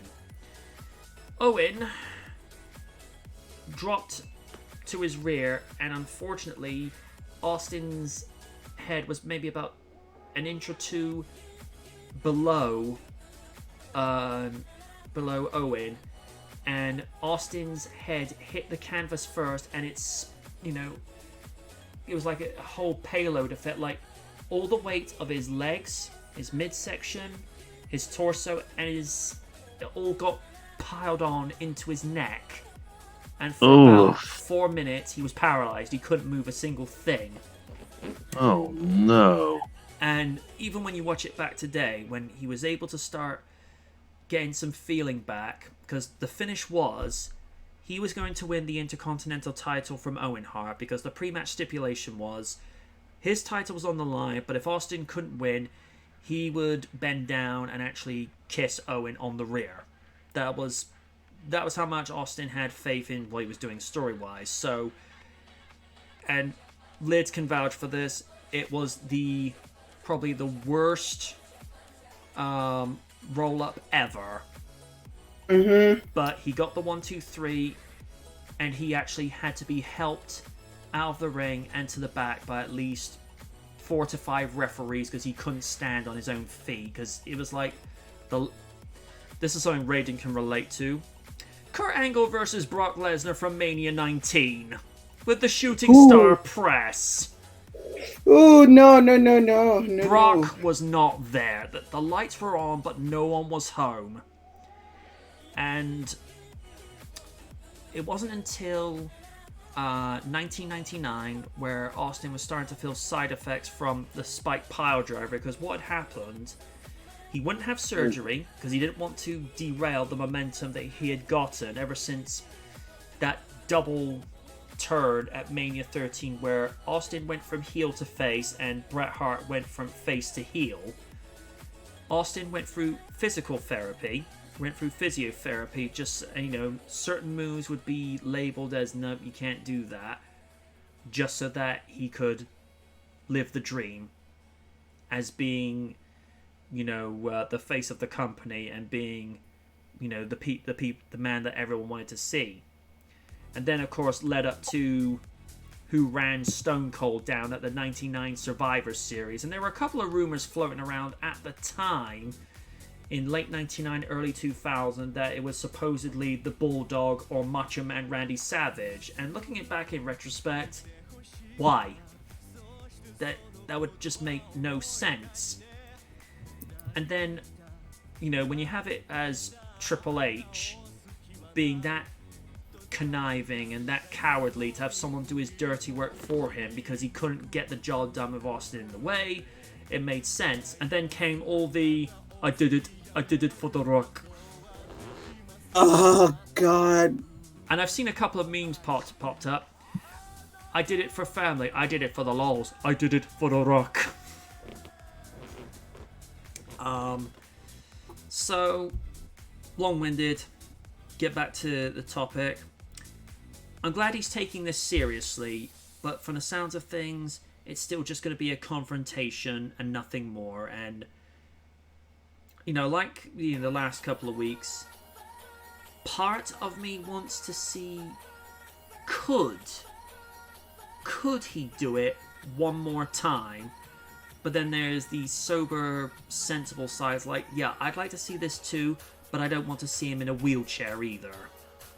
So, and plus, that's what, the WWE games are for. It's like, you want to have your fantasy match with Steve Austin versus Zack Ryder? Can't think why. You can do that. Or if you could have, I don't know, the Cyber Raiden and Austin being tag team champions against Oni and The Miz. Love you, dude. That's what the games are for. You can live out that fantasy. But, to ever hear, one last time from Victoria, Texas, weighing 252 pounds, Stone Cold Steve Austin, we're never going to hear that again. And the man's 3 years south of 60. He, as Liz said last week, he doesn't need the money because he's already set for life. He's got, the Broken Skull sessions on the WWE Network and Peacock in the US. He's got the Straight Up Steve Austin show on NBC. He's got his own beer, IPA products. Like, the man is set up for life. He's lived the dream. He's a 6-time world champion, and so far, the only 3-time winner of the Royal Rumble. From what financial angle would this make sense for him to get back in the ring? I mean, from a subjective fan perspective, it'd be great, but financially, he's not making poor business decisions. Shawn Michaels, I'm looking in your direction. Shawn, I love you, but what were you doing being in, what was it? The Marine 5? Because he was in a movie with Becky Lynch, wasn't he? Was.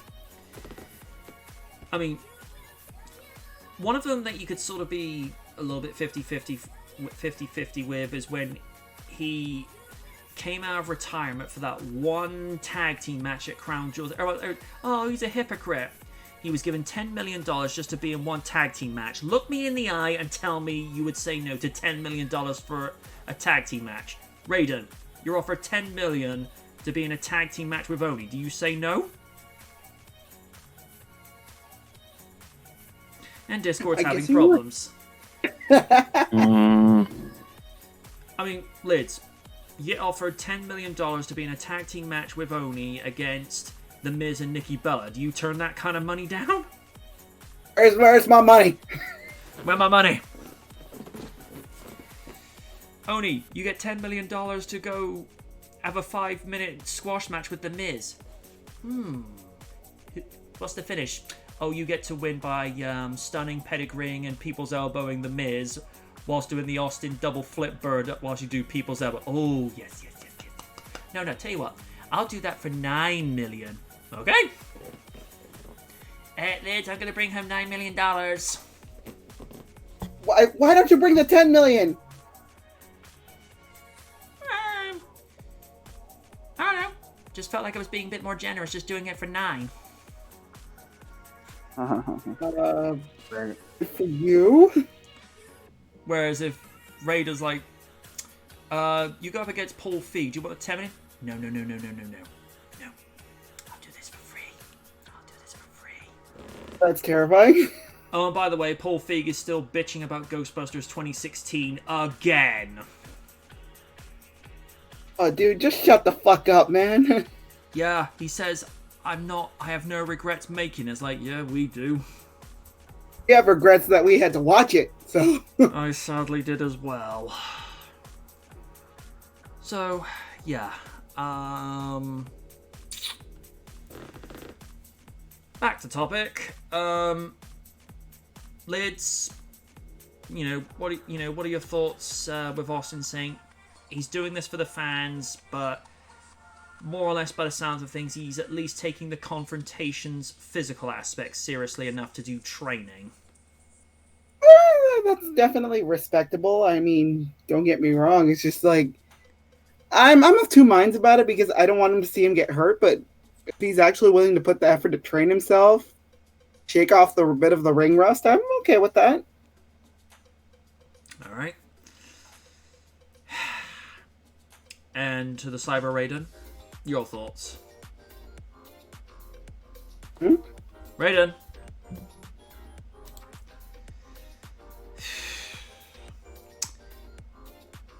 Difficulties once again. Yeah. Raiden, free pizza. Yeah, so hear me? Ah, there you are. There's free pizza. You heard free pizza and came back and was like, what, free pizza, free pizza, free pizza? Your thoughts on the fact that Austin's at least taking the confrontation seriously enough just to actually do some training? Man, look, I'm never gonna fault what Stone Cold's going to do, no matter what. That's my guy. That's my guy. That's still my guy since the Attitude Era. So whatever he does, I'll support. A part of me is like, a little bit of training is cool, but as long as he doesn't have to go too crazy like a lot of people do in the past time, yeah. So I'm down whatever he does. Like I think I said this once, but I think I'll say it now. I never say no to an Austin appearance. Like I just keep going back to Archival when Mankind won the WWF title. When the glass shatters, people lost their shit. Yes, they did. I mean, seriously, like.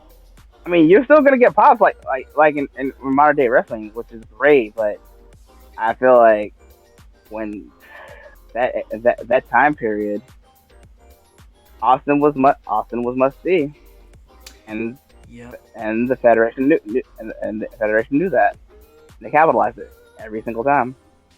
So, like I said, never say no to an Austin appearance, and yeah, so I know he's gonna have fun.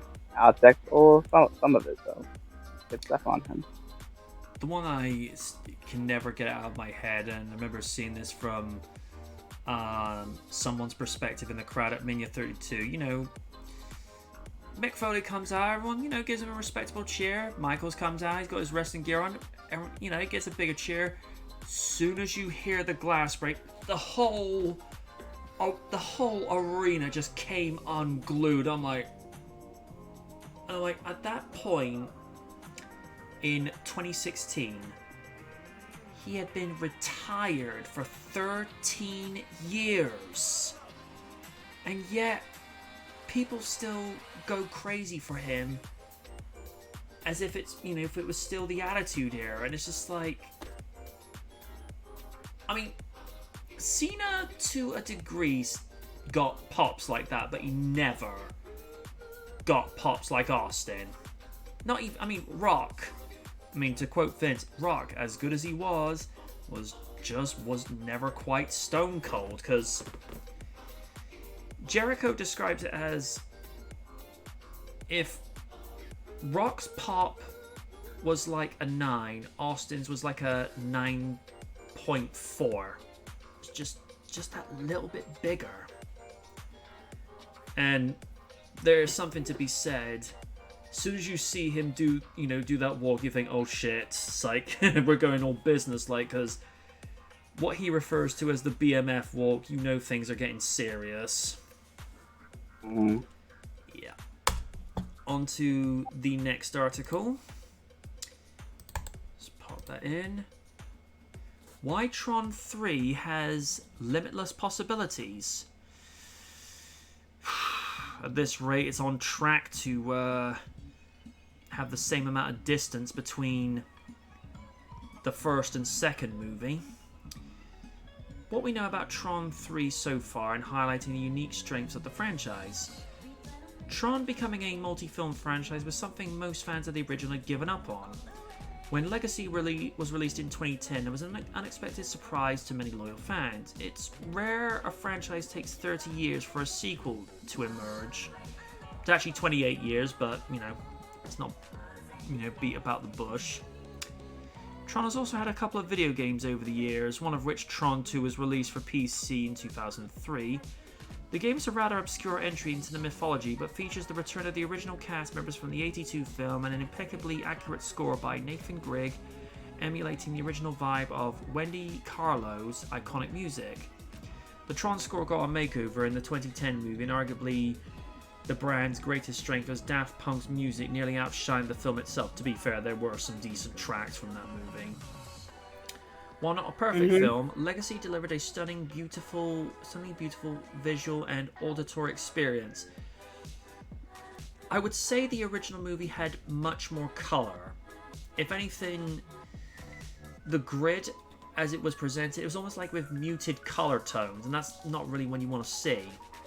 I mean, when I think of something that's visually beautiful, look at the way the forest lights up in Avatar. That is just like, whoa. The film's look is also clean and otherworldly. Watching in it's accompanied by a unique form of escapism, far more relevant today than it was in '82, which speaks to just how far ahead of its time Tron was when it first hit theaters all those years ago. With small spurts of info being dropped over the last couple of years, primarily from the film's purported lead actor Jared Leto. What? Okay. Little is known about Tron 3, which may or may not be moving forward at Disney. Fans should remain cautiously optimistic, as the brand is one of Disney's more sensitive subjects, and the company has hit hands full of shiny new intellectual property acquisitions too before. Before Disney could claim Star Wars and the Avengers as their own, their serious sci-fi inventory was primarily limited to the Witch Mountain movies, Tron, The Black Hole, and Flight of the Navigator. Never ever touch that movie. That movie's fine the way it is. Not the biggest brand. And also, I like the little pet that the protagonist gets at the end of it. It's so cute. It's almost like Billy and Gizmo. Not the biggest brands in the realm of science fiction, but still highly acclaimed and memorable. As Tron Legacy was rolling out, there was a sense of insecurity about how well the original had held up over the years. It was as if they were happy to have Legacy resonate with the fans of the '82 film, but didn't want to divert attention to the original for a new audience who wasn't necessarily aware the brand already existed. While the '82 film is a fascinating piece of sci-fi history, it isn't exactly Star Wars. And there's your problem. You don't want to compare it to Star Wars. Let it be its own thing. That'd be like neutral fans watching DC. This isn't Marvel. It's like, no, you're right, it's DC. Where's Iron Man? Ugh. Tron represents a different kind of comfort food for users who want to disappear into their digital avatars and be worshipped as gods by their programs. Let's take a look inside the digital jazz of Tron and how it has become a symbol of the cyberpunk lifestyle, artificial intelligence, and even religion. Okay, religion's a little bit of a stretch. Tron's makeover was hot. Again, not the words I would use. It was amazing. Hot, I use that for a different context, not saying here, because, we have to have a little bit of discretion. Only comes in, fuck that. From the cinematography, visual effects, casting, sound design, and music, audiences familiar with the '82 film were treated to something that they may have not been entirely prepared for when Legacy hit the theaters. The film is an absolute assault on the senses, leaving the viewer feeling high on the neon perfection of an alternate world inhabited by sentient programs. This was Tron post The Matrix. It leveraged 30 years of cultural evolution and advanced cinema technology that couldn't have been dreamed of in '82. To be fair, I think the only way you would have been able to do Legacy in the 80s was if it was traditionally animated, but really done like classy, like Don Bluth. Because you look at the visuals for Land Before Time, and they're still stunning even to this day. Yeah. It was if the movie was overflowing with an orgasmic light level of light and sound. Okay, I would not have chosen those words either. It's like, I need an adult. I am an adult. That's debatable. No, you're not. Crying out loud, Raiden's more adult than Oni. Sorry, dude, but it's the truth. It's like an overdose of cyberpunk fantasy, so much that the plot and character get a little side rail by the incredible set pieces, atmosphere, and style. While these may be the best problems a movie could have, they still represent challenges the Tron franchise faces in remaining a story-driven piece of content. You almost desire it to shed its bonds of narrative rules altogether and just become a musical light show, which ironically was an attraction at Disneyland for the film's promotion and was extended for months due to its popularity. The world of Tron is intoxicating, which may be its greatest leverage over other major sci-fi properties. Tron Legacy was also followed by a slick animated series called Tron Uprising that starred the voices of Elijah Wood and Paul Rubens, with Bruce Boxleitner reprising his role as Tron. Which, by the way, I saw that first episode. I wanted to see more. I mean, the animation art style is an acquired taste, but I like the story. If you didn't venture into the special features of the Tron Legacy Blu-ray, there's also an excellent little in-world documentary called Tron: The Next Day. The short focuses on the Flynn Lives movement. It is worth watching, and features the return of Dan Shore, who played Ram in the original film, and the return of David Warner, who played Ed Dillinger, Sark, and the Master Control Program. The short doc also features Alex Sanborn, Paul Genke, and Mary Kate Wills, who do a fantastic job of bringing the world of Tron into a believable reality. An interesting bit of intel on Tron 3 came into the light of an Instagram post from Jared Leto, who may have accidentally dropped the film's working title, Tron Ares. Before Disney was prepared to commit, Leto later edited his post to remove the leaked intel, but it can never be truly purged like any form of digital information released online. Just ask Chris Evans when he posted a picture on Instagram he wasn't supposed to post. Oopsie. Yeah, let's just say a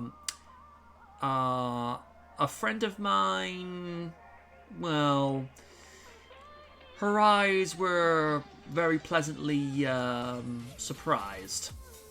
I will say no more than that. While we all hope the misstep didn't get the actor de-resed by Master Control, see what you did there, it does inspire a specific speculation into the plot of the film. Being the Greek god of war, Ares may imply warfare waged by the computer world on reality, a concept Jeff Daniels' Clue was toying with. Okay. You mean Jeff Bridges? I was like, I don't think Jeff Daniels was that. That was Jeff Bridges doing that.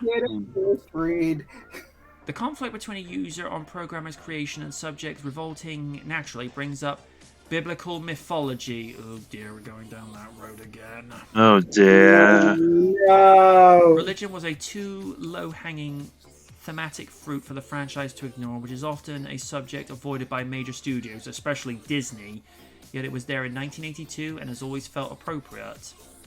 Another interesting idea Legacy introduced into the Troniverse, wouldn't the Tronverse have simply been better spelled? I don't know. Was the notion of life spawning organically on the grid, referred to as ISOs, isomorphic algorithms. They are eraser programs that spontaneously appeared instead of being written by users. Olivia Wilde's Cora, how you doing? Especially in that suit. Ooh, hot damn. Character is one of, even Lids will agree, is one of the last of after Clue's despicable act of genocide. This also opens up the possibilities of introducing creatures into the world of Tron or Tronsters. Okay, that's so bad, that should be donated to the pun jar, if you will. Inventive life forms are also seen briefly in the original 82 film and somewhat explored in a Daft Punk D-Res music video that depicted a tronified horse and eagle. The video game Tron 2.0 also featured a character named Thorn, a kind of hulking digital abomination. While the current Disney executives may feel the original film doesn't exactly fit the modern cyberpunk branding they've wisely injected into the franchise, it should be stated that the 82 film is an indelible masterpiece. While it may have taken some audio members a lifetime to appreciate its nuances, the old movie packs a punch of forward-thinking and now nostalgia that is enough to please anyone looking for a dose of family-friendly, high-concept sci-fi. The film is so creative and well-edited, not to mention that the modern transfer has been impeccably well preserved. Anyone who has seen it should hunker down and give the movie some well-due respect. It's so far ahead of its time that it will make your head spin, and it has a sequel that fires on all cylinders. Let's hope things get back on track for the third installment, because this franchise has nothing but the coolest future imaginable. If not, fans will continue to seek out obscure nuggets from the Tron library of content like LB Reigns' The Groove Grid. If you're a fan and don't know about it, seek it on YouTube. There's a party going Tron tonight. Oh, yeah, that's so bad. I should have said it. That's terrible. And you're and you're invited. Okay. Oh god, the Tron people, whoever wrote this article owes us a bunch of bits for the pun jar. Oh god.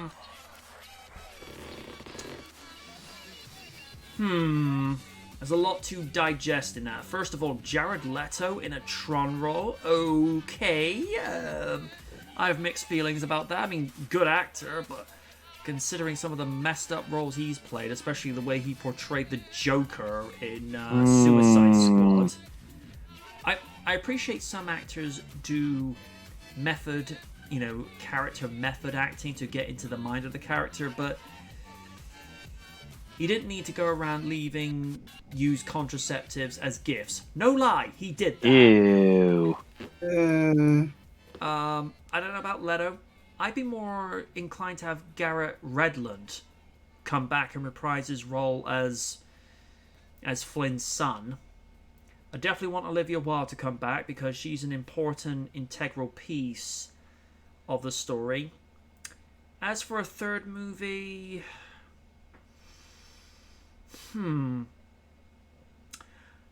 going to have to say 50-50 by default, only because you got to come up with an insanely decent concept whereby it will make sense from where it left off with the original and find a way back into that story, because Flynn had Clue reabsorbed into him, and as a result it destroyed the grid, and the only thing that's left of is that little digital necklace that Sam wears. So unless it's Sam rebuilding the grid based on the digital necklace he has, I don't know, because again, you're gonna have to come up with something that's solid, coherent, and it's unique and special, but ties up nicely with the first two movies. So I'm just saying 50-50, and I need to see concept art, a trailer, and a cast list, because Tron's not something you can easily pick up again after leaving it for over a decade.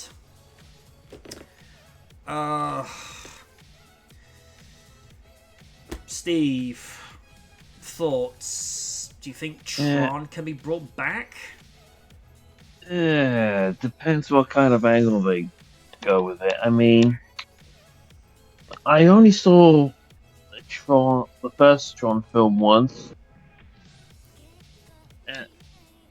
only saw clips of Legacy, and it's not something that I think I would get into. Part of me would want to try, but it just depends what kind of audience they try to make the next film for. I feel you. The first movie, it is a little bit of an acquired taste, but once you get into the story and maybe watch it a second time, just to sort of like, okay, this makes a little bit more sense now. And the youngest I've ever seen, Jeff Bridges on film, not Jeff Daniels. Long before he became the dude. With Legacy, because that's more of our time frame, because most of us were, in our mid to late 20s by the time that movie came out, and the tech had updated enough to where you could do things in that movie that you couldn't do with the original. I mean, I think somebody joked in like 2010 that you could probably make the original Tron movie with an iPhone back then. These days, yeah. I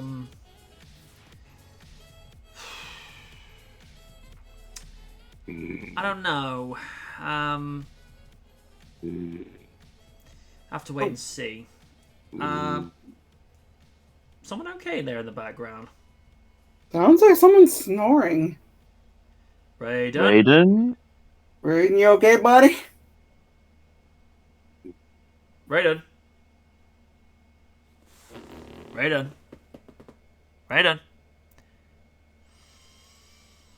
Free Muay Thai lessons if you respond within the next 10 seconds.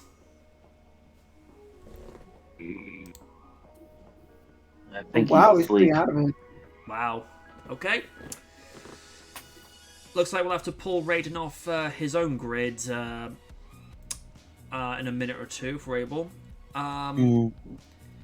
Lids, do you think Tron can be brought back for a third movie, or like some of the consensus, do you think it's one of those things, would it be better off left the way it is? I mean, the ending of that movie kind of basically left it in a good place. It didn't really need to continue with a sequel. I mean, if there is one, okay, cool. But if not, I'm not going to lose any sleep over that. So it's really not a movie that needs a sequel right now. It's just not. No one was asking for it. No one needs it. And not in a malicious sort of way, but it was like no one was really asking for this. So it's, why are we trying? Because Hollywood demands money. Pretty much.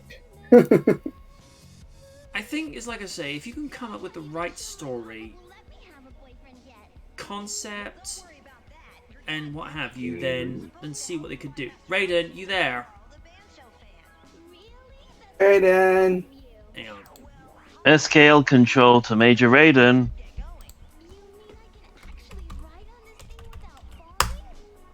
He is gone. Oh my god. He must be really tired. Well, he did say he woke up just before the live stream went on, so... and to be fair, he does work hard. That he does. Cool, he really is gone. Jesus. If you recall, Wynn did this once before as well. I miss her. Yeah, we all do. Yeah. I mean, I need to see her for a bit, yeah, but... Yeah, we've only got about 5 minutes left, so we'll just have to get his opinion on it another time, because, like I say, he looks like he's, flying with the fairies there. Dan asks, before you finish the night, there's an important question the world should know for the sake of prosperity. Will Sunday night ever release an NFT? Probably not. No. Never. We might release our own, original merch, but NFTs... Oh. No. Hell no. Mm-mm. That's a whole other kettle of fish that we don't want to dive down. No, we do It not. really is.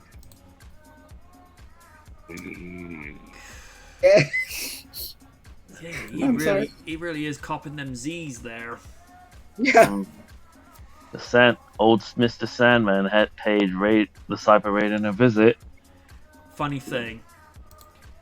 When we went to watch Spider-Man 3 in March of 2007, my brother and a friend of his said whenever they said they would see Sandman on screen, they were actually going to start singing, Mr. Sandman! I'm like, No. Although, Please no. although to be fair, sometimes on only streams, I have had that problem of me suddenly falling asleep. yeah, I think I've been present for one or two of them.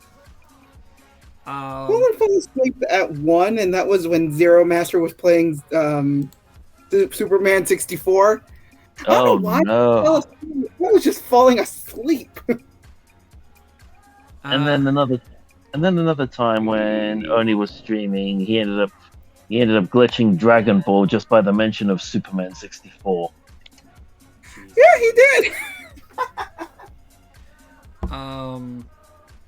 From what I remember, also with Spidey 3, I had like the worst throat cold possible, to where I had no voice, and anytime I would be, it wasn't like one of those where anytime I would laugh it would hurt the chest, because like I say, I just had no voice whatsoever.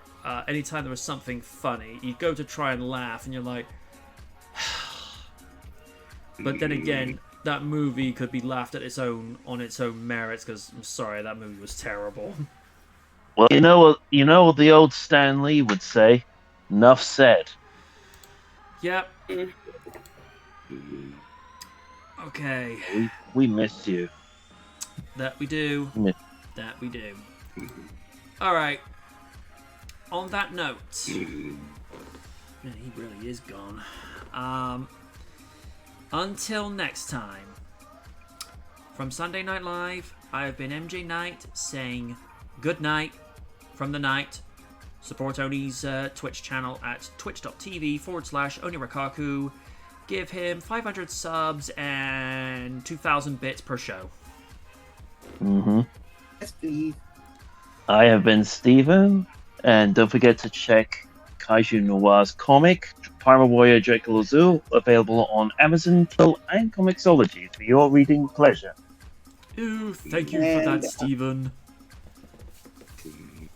And I've been the awesome one. Be sure to support Oni whenever you can. Also, support my streaming when I start streaming pretty soon when I'm with him. So, that said, good night, everybody. And that was formerly the energetic and cybernetic Raiden. Who's on sleep mode at the moment. Literally and figuratively.